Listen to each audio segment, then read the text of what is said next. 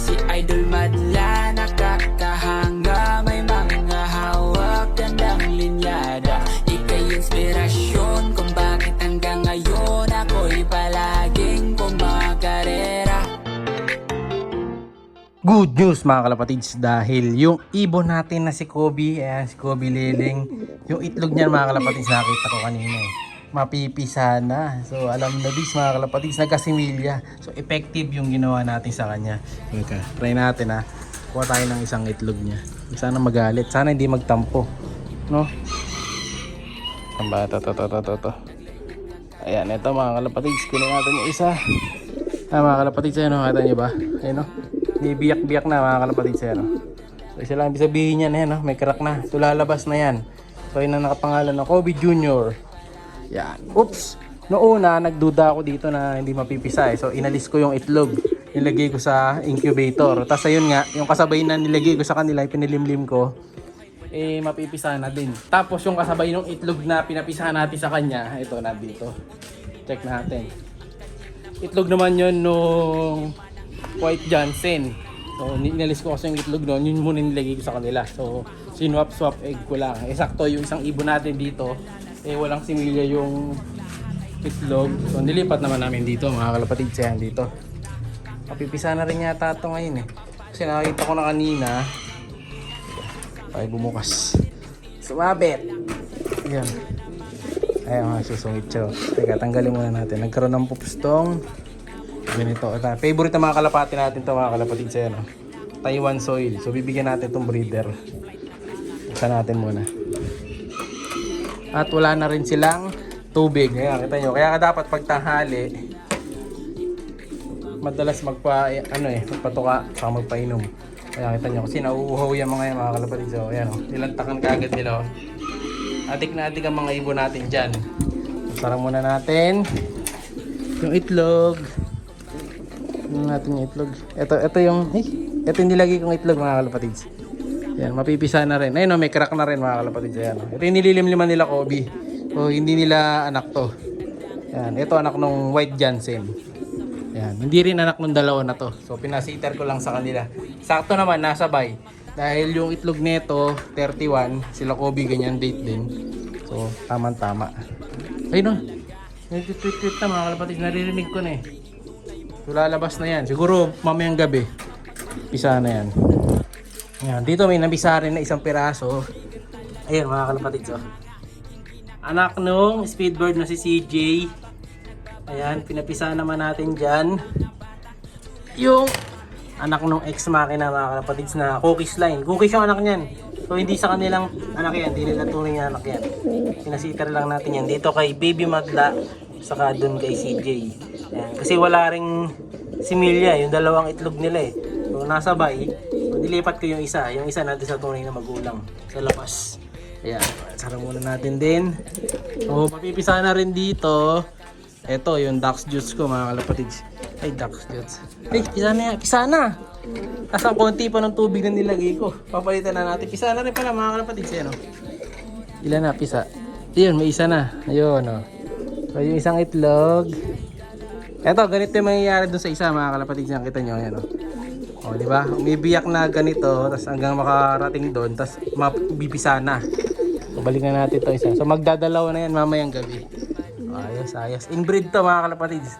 May plano akong i-breed yan. Bibreed ako ng mga off-color dyan. Naglalabas na off-color kasi yung pares na to eh. Ito yung naglabas nung ibon natin na si Dagis mga kalapatids. Yan yung magulang ni Dagis. Ito yung nanay niya. Ito yung tatay niya. Yung semi-saddle. Yan sila yung pinagpares ko. Masarap na natin. Yan. Yung masaya ako today dahil gano'n na nangyayari. Tapos ito, kaso babaklasin ko na itong isa. Ito. Kasi isa lang ang initlog ni SBR na puti. Tapos ito biglang naglogon mga kalapatid si Batman. Kaya siguro isa lang initlog no, puro balahibo. So tatanggalin na natin si Batman dyan. Asin na natin. Tapos ito, ayun yung naghahanap pala ng ano sa akin na off color recessive breed. Ito may bago ulit tayo dito, dalawa oh. Isang pure recessive breed. Ang problema itong isa, may puti sa buntot. Ayun nagka-mark sa buntot yung isa. Di ba? So ayan, dalawang recessive breed. Hindi nila anak yan. Ayan, Pag ito walang similya din, lumaktaw, papalitan natin mga kalapatids ng ano yan, ng itlog, yung mga kasabay nila. Ayan, may date naman 11/9. So tama-tama. Tapos ito, yung mga young bird, may young birds pa tayo dito. May mga available din tayo young birds dito. Ayan. Siyempre, dahil magpapasko, ano pang gagawin natin sa mga bonus nyo? Pambili na natin ng kalapate. So, meron tayo dito, Ex Machina, cross dun sa nani ni Tolpo. Ayan, Ex Machina direct yan, mga kalapatids yung tatay niyan. Tapos yung isa, pure white, anak ni Batman to. Yung pure white na to, mga kalapatids. Ayan, yung nasa kabila. Ay, hindi, iba pala to. Anak to nung Vandenbroek na black white flight na nandun sa labas. Tapos din sa kabila, yan, ito. Ayan, ito, may isa tayong kalawang din dito. Ayan mga kalapatids, so, may Muliman din tayo, isa pa dito. Ayan o, Muliman na white flight. So, Campus to, no, pinapisa lang natin. Tapos ito, yung kapatid niya yan, Campus din yan mga kalapatids. Magkapatid yan, yung kalawang sa kayong luba. Tapos ito, yung may brown. Hindi ko alam po sino yung mapupunta doon kay Idol, yung sa bumili sa akin. Meron siyang isang gift bird sa akin.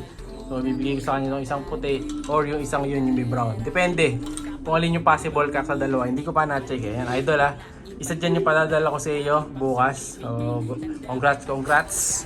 Tara na natin. Tapos, doon sa naghahanap naman ng speed bird din.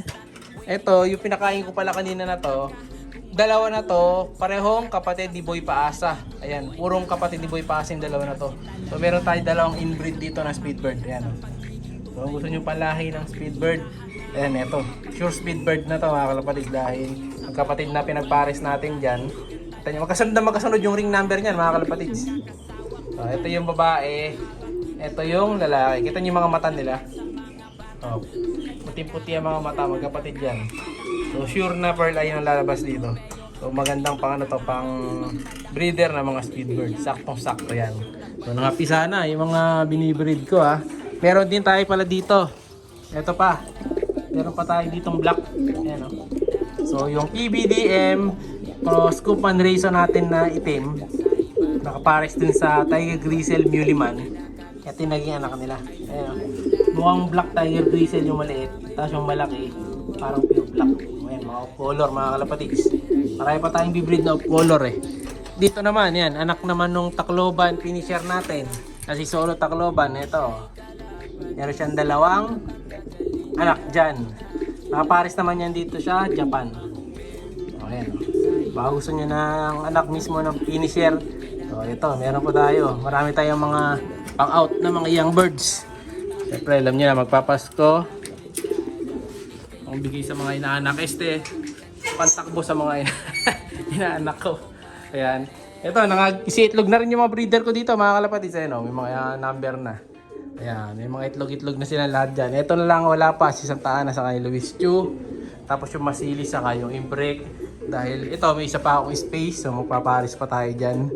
So, effective. So, ang ginawa kong program, tuturo ko sa inyo, mga kalapatids. So, binigyan ko sila ng ito, ng ganito. Ayan, binigyan ko sila ng egg 1,000 for 7 days. After 7 days, nag 3 days ako na plain water. Pagkatapos ng plain water, ito naman yung binigay ko, yung Vitamin Pro. 7 days din. Tapos, after 7 days, 3 days pahinga, tapos nag-probiotics naman tayo mga kalapatids. No, so, ganoon lang. Ulit-ulit lang yun. Pwedeng look-look. So, ito yung binigay natin sa kanya. Ito, login ko lang. Sa probiotics, ito yung ginamit natin. El Granada na probiotics. Ito, maganda to. So, yung ganito na nag-iitim yung ganyan, mga kalapatids, medyo pa yan, parang tumitinim. Alogin nyo lang para magamit nyo na agad. Siyempre, bago nyo gamitin talaga yung mga produkto, alogin nyo agad. So, ito, alam nyo na. So, ito, itong dalawa to. Very effective pala. Yung egg 1,000. No? So, yun lang ginamit natin kay Kobe para magkasimilya siya. Kasi masaya ako kasi, kala ko talaga baog na siya, pero meron pa. Meron pa pala siyang ibubuga. No? So, yung dalawa magiging anak niya ngayon, may nagpapareserve sa akin yung anak niya eh. So, pwede rin naman natin bigay yung isa. Pero yung isa doon, tatabi ko kasi panlalaro natin, panlalaban naman natin. So, alam niyo naman kasi pag lahi talaga ni Kobe, sadyang mabibilis yan. No?